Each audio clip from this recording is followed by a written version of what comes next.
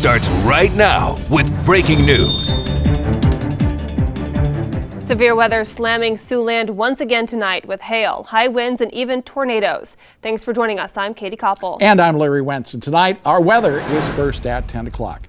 Chief Meteorologist Kat Taylor leads things off for us in the Siouxland Weather Center. Kat, what are we looking at with these storms now? And we had a pretty crazy evening tonight. Yes, we did. What a night to go out, right? We have a new severe thunderstorm warning. Unfortunately, this is for Monona County for the next 30 minutes or so, where we have the potential for some $half size hail. Generally, that's south of the Monona County line, but it could be working its way toward the northeast over the next 30 minutes or so up to the Soldier area. So if you are at 183, that's pretty much going to beeline that little hail core where we could see some higher hailstones possible, as well as some higher wind gusts. But up to the north, we have a strong thunderstorm from Marcus out to Quimby. We're going to watch this one carefully. It's starting to get a little turny, but I think for the most part, at least when it comes to tornadoes, that is generally done for the night.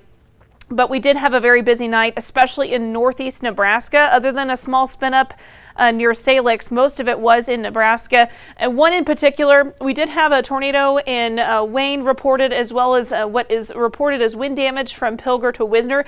I do suspect that was most likely a tornado as well. But as we head back toward Burt Cumming County, this is where the tornado of the night was, and it was a violent one at times. So this tornado pretty much went just to the west of Oakland. That's where it was strongest. We did have a large wedge tornado reported in western portions of Burt County. Delayed report, they did hear of 2 injuries between Lyons and Oakland. Widespread damage with numerous houses hit. One home appears to have been shifted off the foundation. That's a hallmark of a very strong, violent tornado. Substantial farmstead damage near Oakland. Unfortunately, to the south, we also had Ewing with commercial cattle feedlot. That was heavily damaged, with several hundred cattle actually running loose tonight thanks to that tornado. Now, as of right now, we have the rain just now coming to an end at United Iowa City Kingsley camera. We have had storms on the radar for a big portion of tonight, but things are slowing down a little bit, although you can see still lots of lightning there ongoing across the area. I'll have more in your forecast coming up. All right, thanks, Kat. Now we're getting a look at the storms that did move through northeast Nebraska. This is courtesy of our friends at the Siouxland Severe Weather Network on Facebook.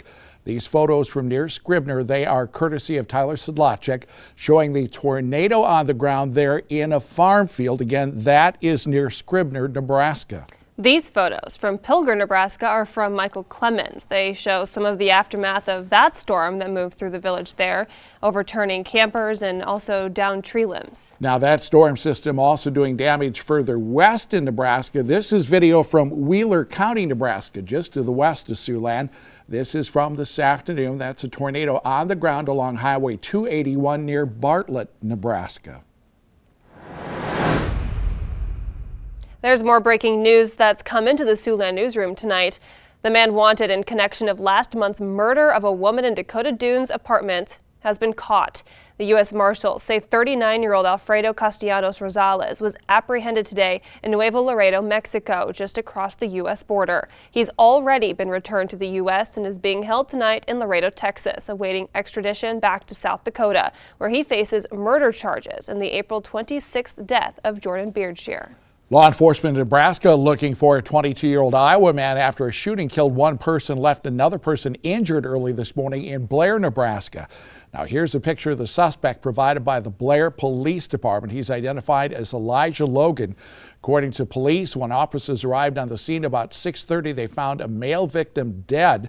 We're told a woman had gunshot wounds to her legs. Police say Logan was last seen leaving the area in a 1988 green Jeep Cherokee, which is pictured there on the right. Now the Iowa license plate number is NAM032. U.S. Marshals also working to track down Logan. If you have him or his vehicle in sight, you are urged to contact 911 immediately. Coming up in 5 minutes at 9 at 10, Iowa's governor signs another bill limiting the liability of professionals who injure or kill Iowans on the job. But first, the state Supreme Court punts on a case involving the rights of transgender people on Medicaid to receive gender-affirming care.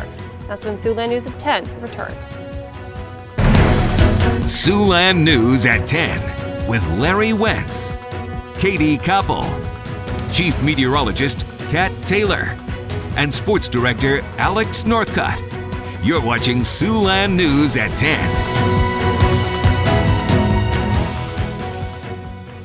82nd Annual The Iowa Supreme Court has passed on a chance to end the legal fight over some transgender rights and restrictions. As reporter Nick Weig from our sister station KGAN tells us, it's a non-decision that has trans rights activists celebrating. Aren't you asking us to do the heavy lifting? During arguments in January, Chief Justice Susan Christensen expressed in words what we saw in writing Friday morning.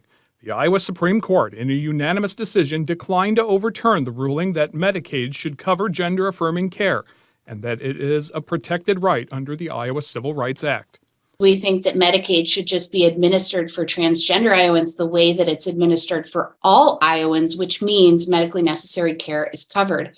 Full stop. The state already abided by paying out the coverage, but they wanted the state's highest court to reinstate a 2019 law that eliminated transgender care from the Iowa Civil Rights Act. Our position in this case is focused on the legislature's ability to define the scope of the Civil Rights Act. The justices declined, leaving the two transgender Iowans who sued for coverage joyful after years of fighting. I hope that moving forward, for all the transgender people who come after me, that all this litigation means that finally they can get the care they need. I'm very glad this decision from the district court is still the law, because this ban has prevented many transgender people from getting the necessary health care that they need. The justices did not close the door on future challenges to rules governing the LGBTQ+ community. Iowans are now limited in how much money they can recover in lawsuits involving crashes with commercial vehicles. Governor Kim Reynolds has signed that measure into law. Supporters say it will protect the trucking industry from the rising cost of large jury verdicts, but opponents argue the cap places an arbitrary value on human life and limits Iowans' rights to a jury trial. Now, earlier this year, Reynolds also signed a law placing caps on damages in medical malpractice lawsuits. We still have a severe thunderstorm warning for Monona County until 10:45 p.m. Half-dollar size hail possible, but things are really starting to settle down for the night. We'll have more in your forecast next. Hi, my name is Lenny Giselle from Flooring MD's Carpet One in North Sioux City, South Dakota. And weather forecast with Chief Meteorologist Kat Taylor. Bit of a crazy night in the weather center tonight. Yes. I don't think you and I left for several hours. Yeah, junior meteorologist Katie Koppel here too. Yes. At your service. I appreciate the help, guys. We still do technically have one severe thunderstorm warning on the radar tonight. This is for Monona County until 10:45. Half-dollar size hail possible, but things are really settling down as expected. Now we're past the 10 o'clock hour. But we do have one little spot of larger hail. It's been kind of just hanging out there, not really moving to the north and east. So there is the potential for half-dollar size hail, but for the most part, it is south of the Monona County line. We still have a strong thunderstorm that is starting to weaken quite a bit around Quimby that will be working its way into Cherokee and Larrabee here soon. But tonight was a very busy night in the weather department. We did have one brief weak tornado that was reported near Salix, but for the most part, all of our tornadoes were in Nebraska tonight. We did have a report of a tornado from the Pilger-Wisner area. Right now, those are shown as some wind damage, but I absolutely believe that was a tornado there. We also had a tornado report near Wayne, but it was farther to the east on the county line between Cumming and Burke counties that we had, honestly, a very scary radar signature that is a thing of nightmares for most meteorologists. And I'm incredibly glad that it didn't hit a very populated area, but those that did, unfortunately, are dealing with the consequences tonight. We did have several tornado reports. It was a multi-vortex large wedge tornado. It was a violent tornado at times. We did have a large wedge tornado reported in western portions of Burke County. We do have 2 known injuries right now. Unfortunately, between Lyons and Oakland, there is widespread damage with numerous houses hit. One home appears to have been shifted off the foundation, which is a hallmark of a violent tornado. We also have substantial farmstead damage near Oakland, and then we also have a commercial cattle feedlot that was heavily damaged with several hundred cattle running loose tonight, and that was near Yuling. So unfortunately, we do have neighbors that have to deal with that tonight, and we are very, very glad that there were no fatalities, and to those that are injured, we pray that you get better soon. United Bank of Iowa City Kingsley camera showing that it is dry out there now after the thunderstorm has moved off to the east. We will continue to watch these storms work their way eastward as they start to continue to die out for the rest of the evening, and they will kind of wash out by about 7 o'clock in the morning. Unfortunately, while we do have a chance for showers and storms to start the day, we may be doing this again tomorrow afternoon and evening for the Iowa Great Lakes out to Spencer, Storm Lake, and up to Sibley. And it's going to be tomorrow early afternoon where we have another round of severe thunderstorms possible, possibly even tornadoes, as we head into tomorrow evening. So tomorrow's threat is for Spencer, Storm Lake, all the way up to the Iowa Great Lakes and down to Calhoun County. And that's going to be the area we're watching for severe weather again tomorrow. So for tonight, 62 degrees, severe thunderstorms are winding down for the evening. But we have picked up, I know Larry just told me, 2 inches of rainfall at his house in Riverside. So east-southeast winds around 10 to 20 miles an hour. Tomorrow we have a daytime high 75. Scattered severe thunderstorms mainly east of I-29. Southeast winds switching to the west at 10 to 15 miles an hour. But once we get past the chance for showers on Sunday, our pattern is going to completely change. We have a cool day Sunday, and then we get back to more comfortable, late spring-like weather that we've all been yearning for, I think, for quite a while, where we will have lots of sunshine, temperatures right around 80 degrees for much of next week. So overall, a very dry week ahead. We have had some rainfall that we desperately needed, but I think a lot of us are going to be glad that we'll have things kind of settling down. Yeah, kind of the weird thing is the rain we had just the other day seemed a lot heavier than what we had, but boy, it sure added up. Yeah, and 2 inches is pretty quickly. That's a lot. All right, Thanks, Kat. Coming up in 2 minutes tonight at 10 o'clock, the clock is ticking on a number of issues in Washington, D.C. We'll have more on the push to pass a new farm bill from congressional leaders when Siouxland News at 10 returns.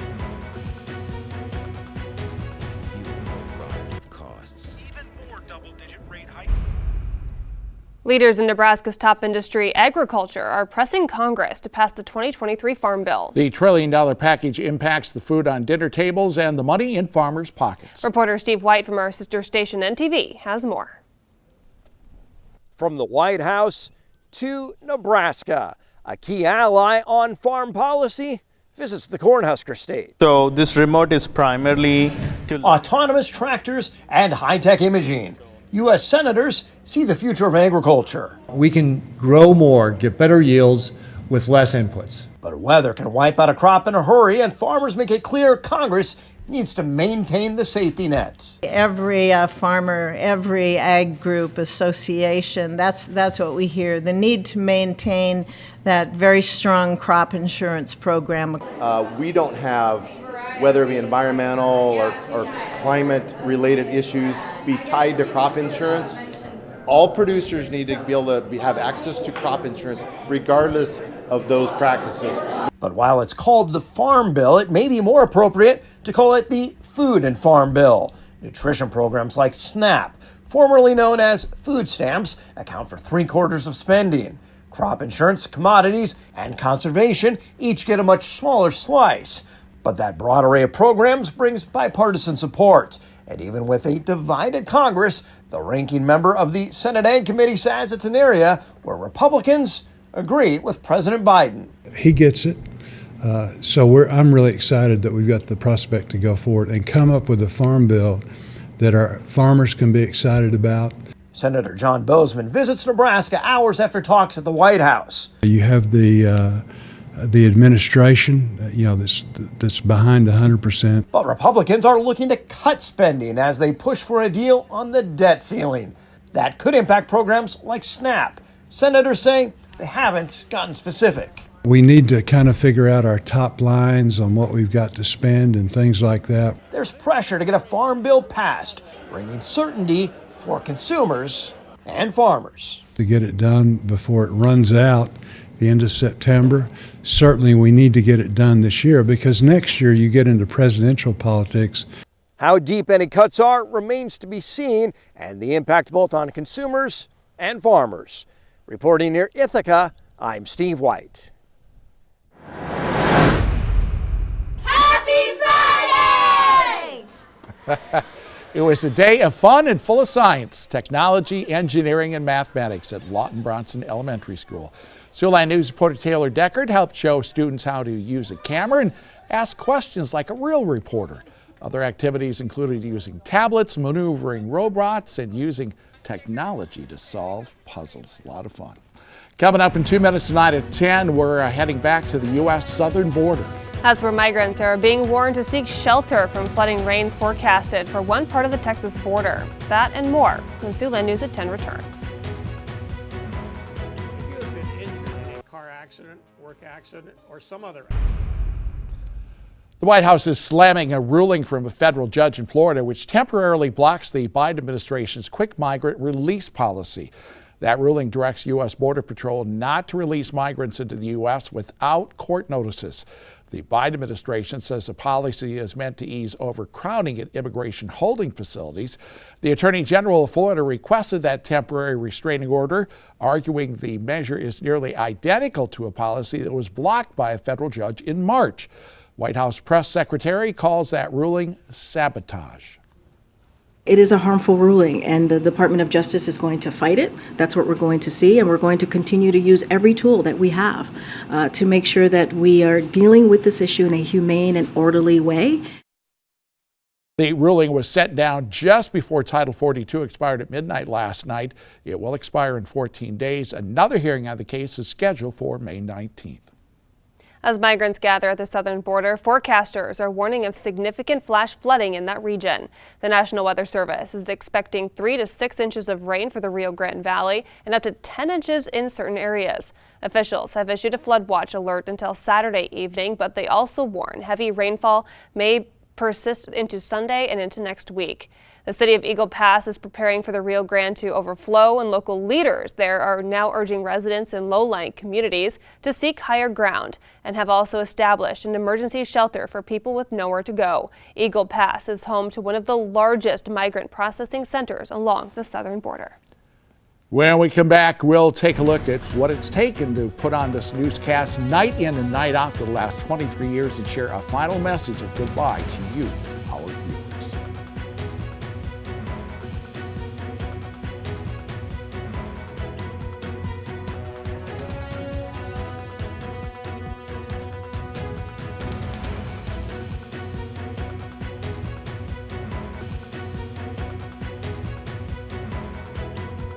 Every gray hair, every ache and pain, every laugh line. Or please stand by.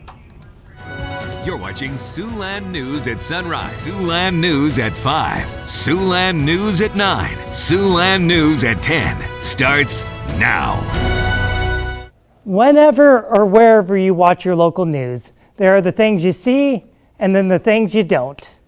I will take you behind the scenes of what it takes to put on a newscast. So a lot of people think that, our newscast is just, Larry Wentz and Katie Koppel and Kat Taylor that you see on TV, but it's actually a lot of different positions. So we have producers who write the newscast, we have editors who put the videos together, we have directors who are the ones that are, changing cameras behind the scenes, we have audio operators, graphic operators, so it takes a team to put on our newscast over the air. When thinking about stories we run, the ideas can come from all over the place, like our assignment editor John Holmes, to other parts of the news team. But first and foremost, we're thinking about what the community needs to know. It's a lot of questions or a lot of concerns or just a lot of curiosity, I think is the big thing about finding a good story for our viewers is what do people want to know? What do they want to learn about? If I have a question about something, that's probably a good indication that the public has a question about that too. Some stories can come about at a moment's notice. There's been times where I have to go out with a camera and tripod and go shoot live video. There was a time in specific that I remember where the warehouse was on fire, and I was out there for 5 hours. While there's a lot of running around and waiting to get footage and information outside the studio, there's also work being done inside, like with the station's meteorologists, who you may see on television, but not all the research they do to put together the weather forecast. Your Siouxland weather forecast with Chief Meteorologist Kat Taylor. Well, I think there's kind of this common thought that people on TV aren't meteorologists, and that we just kind of read the teleprompter, and that's really far from the truth. When I come in, I immediately sit down, look at current conditions, compare how they, really actually turned out versus my forecast the day before, and then I sit down and I look at a lot of data. I go through several models at all different layers of the atmosphere, and I put together forecasts. Another part of the newscast that brings a lot of the community together is sports, with those reporters running around all over to catch those games. Siouxland Sports with Sports Director Alex Northcutt. Week we're preparing which games we're going to, what time the games are, how long we want to be at each game, so that way we can maximize our time for that night when we get back and really throw all the clips and everything together to make the show. And once we hit about 5-6 o'clock, football, basketball, baseball, soccer season, it's go time. Once a show is going on, there are people like the director running things behind the scenes. Stand by D, stand by date. A lot that goes into directing, and it's like a memory game because you have to memorize where all of the buttons are. So you just have a ton of buttons, and then you have to remember times and talent cues, and you have to communicate with the producer while doing it and communicate with audio and graphics to know when they're going and what they're doing. So even if you are on-air talent or working behind the scenes, you are part of a team to do one thing, and that's to put on the best newscast that you can for the community you serve. 5, 4, 3, 2, 1. Clear. Reporting for the final time in Dakota Dunes, South Dakota, Joe McMahon, Siouxland News. Finally tonight, some of you may have already heard, this is our last newscast here on CBS Siouxland and Fox Siouxland. We have had the pleasure of working with so many wonderful people in front of and behind the camera over the years. Far too many to name, but we cherish their contributions to our newscast, and most of all, we cherish their friendship. We've been a family who've pulled together during the bad and stressful times, the good and exciting times, and we've done it the last 9 years under the guidance of News Director Diana Castillo. KMEG went on the air in 1967 with a newsroom that closed in a similar manner about 10 years later. It was 1999 when the station relaunched news under the guidance of Kim Bridger, the late Bob Grotenhuis, and Woody Gottberg. During these 24 years, we've won numerous awards for our news, weather, and sportscasting, but our greatest pride came from serving you, our community. It has been an honor that you allowed us into your home and made us a part of your family. On Monday, we are transitioning to the national desk and a new way of delivering the news. But as we sign off on this broadcast, we want to say one last time, thank you and good night. Now, during our last 5 p.m. newscast earlier this evening here on CBS Siouxland, we were joined by a host of former KMEGers, a number of them who actually helped put the station on the air back in 1967. We want to thank them and you for being part of the family. And look at some of those folks who were there: Larry Findley, Gene Ambrosian, Dave Madsen, Tim Poppins, Cindy Deck, who was back then known as Cindy Marsh back in 1976. Vicki Jacobs, Sue Stevens, who ran the front desk for many years. Of course, some of you remember Travis Morgan and Owen Sebring, and our longtime engineer Dennis Quinn. Just too many to mention, but again, we want to thank you for being a part of our family all these many years. Good night, everybody. Thank you, Siouxland. We love you.